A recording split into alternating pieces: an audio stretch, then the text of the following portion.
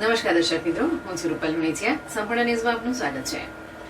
સમગ્ર ગુજરાતમાં અને ખાસ કરીને બનાસકાંઠા જિલ્લામાં 45 ડિગ્રી તાપમાન નોંધાયું હતું. જેમાં સૌથી અગત્યની બાબત વિશે વાત કરીએ તો ઉનાળાની કાળઝાળ ગરમીમાં રાહત આપે તેવી ઠંડી છાશનું વિતરણ બનાસકાંઠા જિલ્લા લીઝ એસોસિએશન દ્વારા કરવામાં આવ્યું હતું. જેમાં છાશના સ્ટોલનું ઉદઘાટન કાંકરેજ તાલુકા મામલતદાર ભરતભાઈ દરજીએ સૌપ્રથમવાર છાશનો ગ્લાસ આપી શુભમુહૂર્ત કર્યું હતું.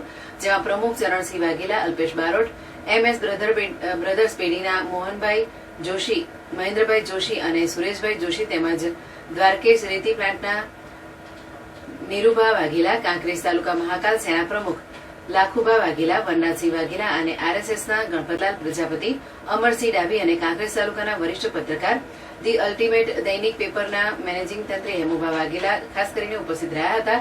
જેમાં શિહોરી વેપારી એસોસિએશન પ્રમુખ પંકજ સહાયતા અને ગૌ સેવા રક્ષક જયેશ ગોસ્વામી, કાંકરેજ તાલુકાના ઇલેક્ટ્રિક અને પ્રિન્ટ મીડિયા મિત્રો ઉપસ્થિત રહ્યા હતા અને ઠંડી છાશની મેજબાની માણી હતી.